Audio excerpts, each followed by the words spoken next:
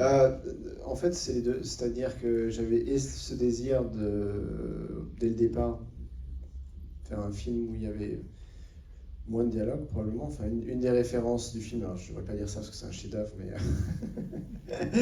c'est Paris, Texas. Enfin, c'est en fait, c'est ça qui était très compliqué. C'était l'idée de faire un film avec de la musique et de la danse qui soit pas totalement cliché, qui soit pas totalement littéral dans tout, qu'on explique tout à l'américaine, et d'arriver à collaborer avec le bon auteur. Je salue d'ailleurs Loïc Barrère qui est là, qui est auteur du film.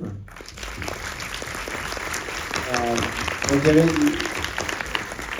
il y avait définitivement ce désir déjà d'aller dans quelque chose de plus minimaliste, mais c'est absolument quand je me suis retrouvé au montage, dans ce moment brutal du montage, que j'ai amené le film plus vers la danse, au sens où dans un univers où effectivement il y a moins de dialogue, où les choses sont racontées davantage par les émotions, par l'intensité, par l'atmosphère du film. Je fais très attention à ça pendant tout le film, dans les scènes, qu'il y ait toujours quelque chose qui est de la tension. D'ailleurs, souvent, même dans les scènes de dialogue, je donnais souvent faisais des remarques pour créer de la tension en dessous des dialogues, pour arriver à que tout tienne, parce que c'était souvent, justement, ça reposait sur pas grand-chose.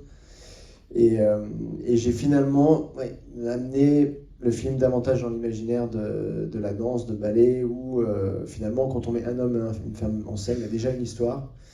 Et c'est quelque chose que j'adore, et ça me semblait juste quand j'ai travaillé sur le montage du film.